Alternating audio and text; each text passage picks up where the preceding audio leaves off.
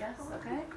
It also causes you to think about what you're reading, and obviously you have to think to learn. Let's see, and sometimes we want you guys to think deeply, carefully, intentionally about what you read, and read with a purpose. So, Alicia, what is one of the 3 ways that you can annotate a text according to Doug Fisher? Important. You want me to read like the way or like the word? How about you paraphrase it and put it into your own words? Just share with me one of the tips that he gave for annotation. What is one thing that you might annotate when you're reading a text? He said to underline key ideas. Perfect. Underline key ideas. Circle words and phrases that are confusing or unclear, and write margin notes. Right. Obel, anything to add on to that? Any thoughts, questions? I know there's only 2 of us. Okay, so these are the 3 things that we're kind of going to focus on annotating today. Another important thing he said in the video, can you only annotate for these 3 things? No. I don't know what else he said, but I know that they weren't the only reasons. Right, so these are not the only 3 things. Alicia, do you remember maybe some other examples that he listed? No, I don't. Okay, that's all right. I can see Obel say you're thinking. I remember he said something, but I can't remember. Yes, and that's okay. So it doesn't have to be just these 3 things. You could also ask questions, you can record your reactions, you can make connections, and we're going to dive deeper into the different reading strategies you can use to annotate a text as we continue. But for today, these are the 3 things. The key ideas, so what's about, anything that's confusing, which we did that with article of the week last week or the week before, where you had to annotate with your reading process. How do I fix up confusion when I'm reading? Do I just continue reading? Do I go back and reread more slowly? Do I use context clues? So we've talked about that, marking your confusion whenever you're reading, or that could be vocabulary. Like Covell mentioned, vocabulary might get in the way of you understanding a text, so you might want to mark that. Or write the definition of what it means. Perfect, yes. Because you should have some margin notes. It shouldn't just be highlighting, so you might go back and write in that definition either from context clues, or if you looked it up online or asked a friend. Or like the man was saying in the video, you use different colors for different meanings, because sometimes if you use yellow, you don't know exactly, you'll get it mixed up. You'll get confused. That is an excellent thing to point out, is using the different colors of highlighters to indicate different, what's the word I'm looking for, different purposes. That's a really good strategy, and I actually do that too. A lot of times I'll color code things. It's just like I'll easier. Use pink, green, or yellow. Exactly. Yellow. Perfect. So we're going to go ahead and dive into the stretch article. And so we talked about before reading strategies and how you want to preview a text to kind of, again, set that reading purpose. So go ahead, get the stretch article in front of you. For the first read, I am going to do a think aloud and just model for you guys what's going through my head when I'm first encountering a new text. So why do readers preview whenever they read? Again, you kind of get a head start on understanding it. Also, it will activate that prior knowledge, what you might already know about the content, to give you clues. Thinking about text structure and text features, and we talked about reading for different purposes. So like reading for entertainment versus reading for, again, learning. I read differently. And most importantly, you develop a sense of how they may be able to engage the text at a personal level. So what demands will the text make of me, and what rewards might provide.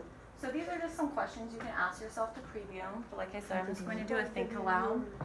As I'm doing the think aloud and annotating the text, I want you to follow along. You do not have to do my annotations. You can if you would like, or you can add in your own, but during the second reading, you will be annotating it. Wait, annotations again are underlining and writing that stuff. Yes, and so if you want to have your notes beside you as I read, so that way you can kind of reference them, feel free to. Also, another thing that might be helpful for you guys, I passed out the annotation checklist. And so you should have that in front of I've you. never been so, I've never been somebody. Your annotation checklist. Ever. So this can just go along with the notes in your Every class time I notes. see it, she's like, So let's maybe actually go ahead and go through this. every time. Although, Alicia, would either one of you want to volunteer to read the checklist? Oh, I'll do it. Thank you. What's today? Today's the 6th. Go ahead. Included, do I read that part? Included target and annotation symbol marks. Good. Write numbers to track the sequence of ideas, events. Circle keywords or phrases that are confusing. Attempt to use context clues and or word parts for resolving confusing word or phrases. Underline the central idea or major point. Use vertical lines for longer statements. Place symbols in the margin to note key ideas, questions, or summaries. Write page numbers to show where related ideas can be found. Excellent. Thank you. Ovo, you want to read the... Yes. Include margin notes that explain the meaning of symbol/marks. Includes margin notes that reveal personal comments, questions. Includes revised or new annotations based on rereading and or collaborative conversations. Annotations are Legible? Good. legible and useful for future oral or writing tasks. Good. Thank you. All right. So this kind of sums up everything that we've talked about. It kind of hits on those other things that you could annotate for. It also talks about, like Ovo pointed out, the margin notes and having writing go along with the highlights and underlines. And so for this checklist, maybe we'll just go through and do the think aloud the first time. I'll annotate, and you can add your own annotations or just follow along with mine. Then we can use the annotation checklist to kind of look through and see what we annotated for. And if we want to add on, you can reference this to kind of guide you whenever you do your own annotations. So like I said, just go ahead. You can have those off to the side to reference as we read. But for now, follow along the stretch article as I read it for the first time. And as I said, I'm going to preview the text to start with. So I might ask myself some of these questions that are listed on the board. So the first one says, how does reading this text relate to me personally? Why am I reading it? Well, in my head, whenever I go to read my text, I'm thinking, all right, this is a T3000. I know that I'm going to have to demonstrate my understanding by answering those multiple choice questions. So I'm reading to learn. I'm trying to gather information, gather facts, evidence, the key ideas. So again, our annotation notes, as I'm reading, I'm probably going to just get the main ideas and also think about the author's purpose. And also I know that I'm going to have to write, respond in writing. There's a thought question, or this is very similar to our article of the week where you have to respond in writing. So that's another really great thing about annotations. They really help you with your writing. And you should work like smarter, not harder. So if you annotate a text, the writing task is so much easier than if you have nothing on the page and you have to keep going back and rereading and rereading. You're like, what did I read? And wait, what did that say again? If you have annotations, that makes it a quicker process. And also it helps your writing be at a higher level, that deeper thinking, okay? If you guys have any questions as I'm going through, feel free just to jump in and interrupt me.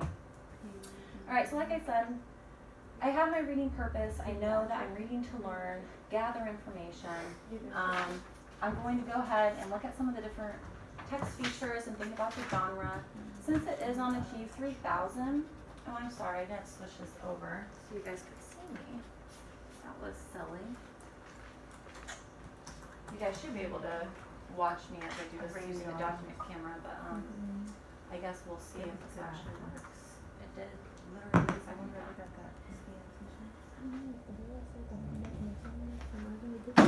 Ah, there it is. Okay, so there's my article. So like I said, I know that I'm reading to learn. I'm going to have to answer some questions to show my understanding and then write about the information in the article. Also, because I'm on a T3000, I know that this is nonfiction. So in my head, I know nonfiction, the purpose might be to inform or explain a specific topic, or the author might try to persuade me to take his side, or maybe argue his position on a particular issue or topic.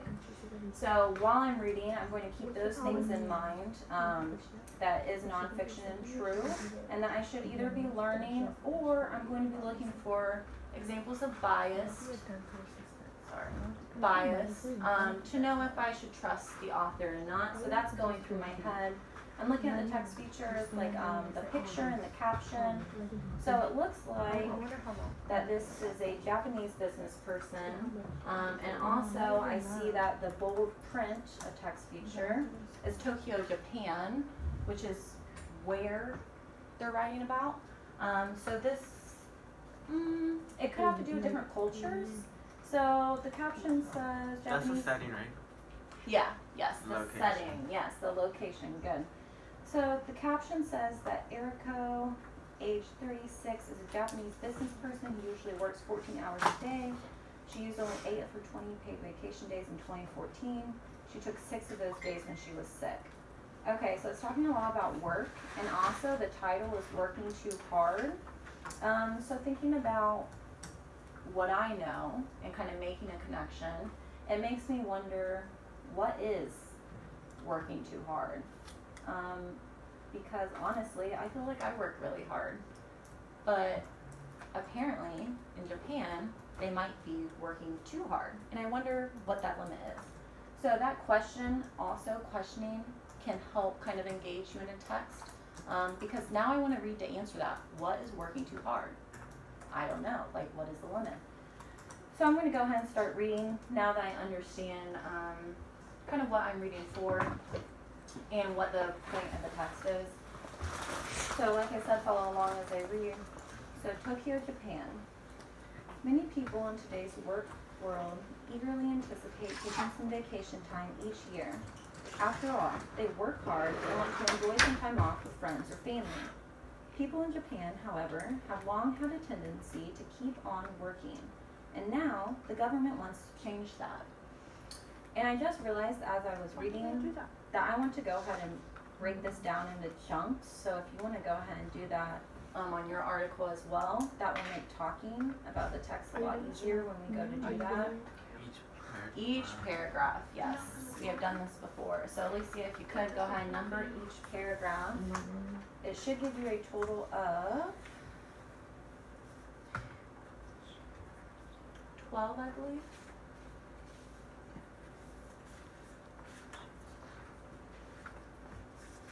And again, last week or the week before's article, the week we talked about those kind of comprehension strategies, kind of stopping after reading chunks of the text.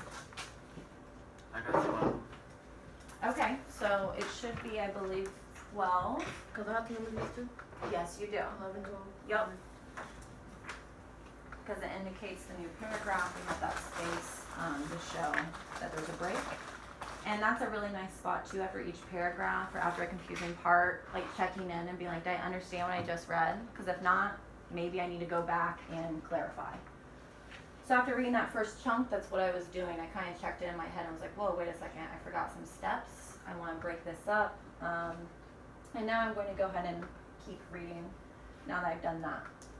As I read, I want to give you guys a specific purpose. I want you to circle any words you don't know. So vocabulary.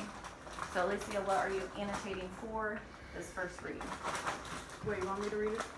I am going to read it, but what specific purpose do I want you to annotate for on the first read? Because remember, close reading is repeated readings, each time with a different purpose. Well, it's just talking about, it just keeps repeating about work. Okay, and Ovell, what do I want you to annotate